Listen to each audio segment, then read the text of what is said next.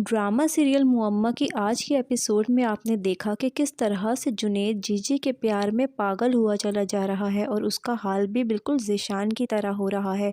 जीजी ने अब दूसरा शिकार ढूंढ लिया है जुनैद के रूप में।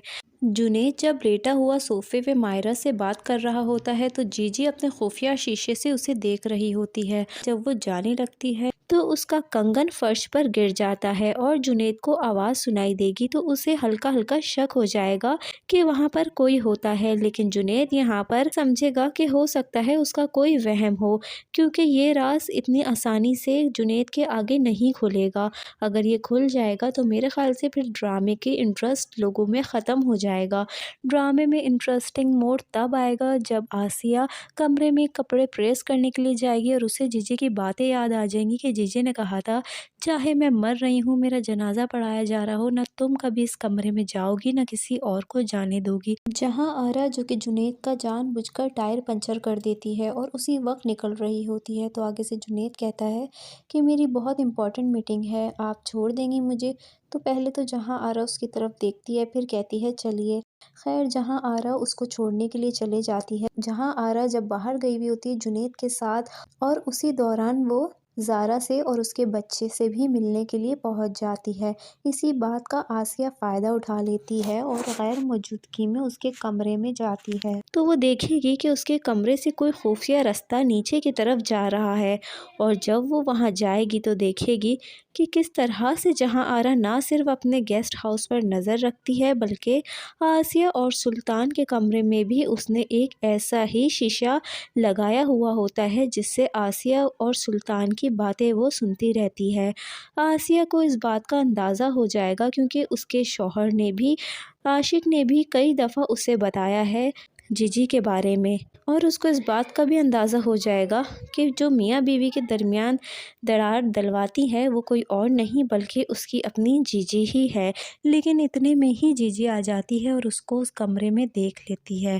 उसका गुस्से से बुरा हशर नशर हो जाता है, वो उसको धक्का दे देती है और उसको बुरी तरीके से लात मारती है। जीजी को बहुत गुस्सा आ रहा होता है आसिया पर। आसिया कहती है जीजी मुझे माफ़ कर दे, मुझसे गलती हो गई, मैं आशिक को क्या अपने आप को भी नहीं बताऊंगी कि मैं उस कमरे में गई थी, ये राज राज रहेगा जीजी, मुझे प्लीज़ आप नौकरी से ना निकालें।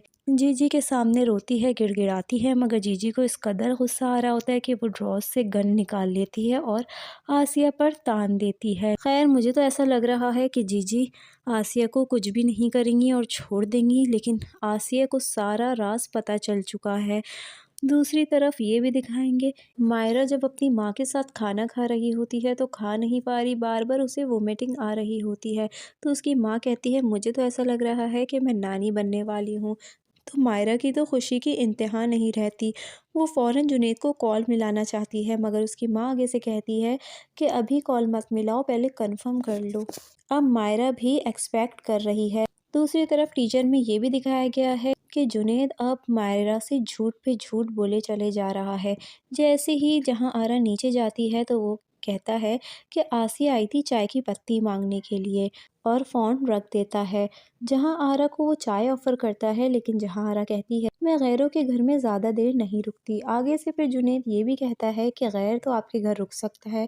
बहरहाल वो लोग दोनों रात में छत में होते हैं और चाय इंजॉय कर रहे होते हैं। बहुत रोमांटिक सा एनवायरनमेंट होता है। इतने में जहाँ आरा देखती है कि मायरा और उसकी माँ घर आ जाती है तो वो कहती है कि तुम्हारी बीवी आ गई। इतने में जुनैद हक्का बक्का रह जाता है और एकदम से घबरा जाता है और टेबल पे रख के भागने की कोशिश करता है, लेकिन जहाँ आरा उसे वहीं रोक देती है कि तुम अभी नहीं जाओगे।